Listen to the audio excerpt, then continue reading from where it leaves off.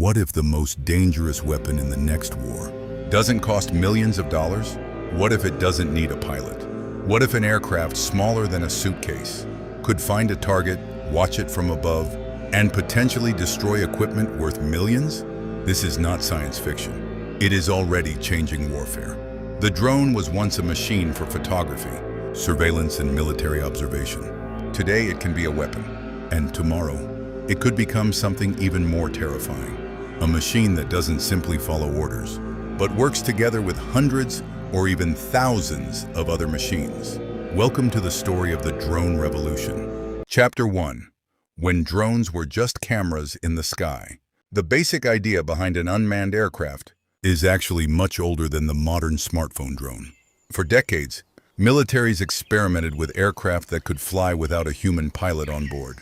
Early unmanned aircraft were used for training, target practice, and surveillance. One important breakthrough came from the combination of radio control, miniaturized electronics, and cameras.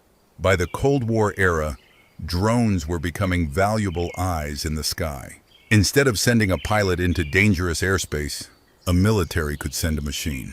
The drone could observe, record, transmit information, and return. The concept was simple. Don't risk the human if the machine can do the dangerous job. But then technology changed everything.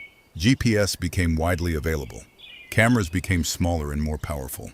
Computers became dramatically cheaper. Batteries improved. Wireless communications became faster. And suddenly, a drone wasn't just a military machine. It became a consumer product. Chapter 2. The camera that changed war. The same technology that allowed people to film weddings, mountains, and cities from the sky also gave militaries something incredibly valuable. Real-time vision. Modern drones can carry cameras and sensors that allow operators to see what is happening from above.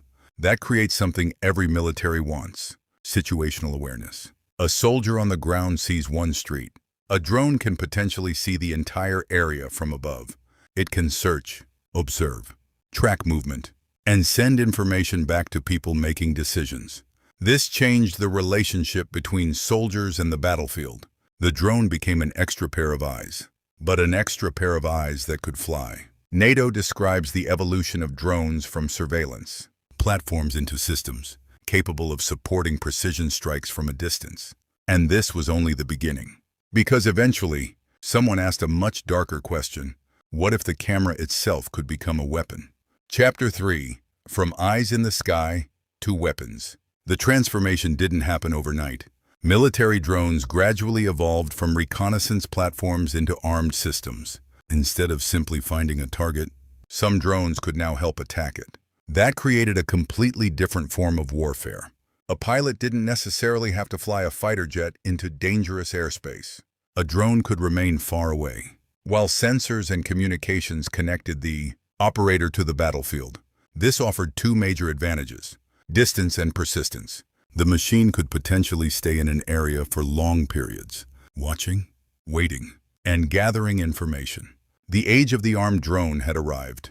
But then another revolution began, and this time, it wasn't led only by giant military companies. It came from cheap electronics. Final chapter: the war of tomorrow. So, what will the next war look like? Maybe the sky won't be dominated by enormous fighter jets. Maybe it will be filled with thousands of small machines. Some watching, some communicating, some protecting, some attacking, and some operating with increasing levels of autonomy. The battlefield may become less about the biggest weapon and more about the fastest network, the cheapest effective system, the smartest software, and the ability to replace losses faster than the enemy can. That is the real revolution. Because the drone changed one fundamental rule of warfare: you no longer need to put a human being inside the machine to put a machine into the most dangerous part of the battlefield. And now, we are moving toward a world where the machine may not even need constant human control. From a camera in the sky, to an eye of the battlefield, to a weapon, to a swarm. The drone has already traveled an incredible distance. But perhaps the most important chapter hasn't been written yet. Because the question isn't, how powerful can one drone become? The real question is, what happens when thousands of intelligent machines can see communicate and cooperate at the same time? And when that day arrives, the future of warfare may no longer be decided only by soldiers, tanks, or fighter jets. It may be decided in the sky above them.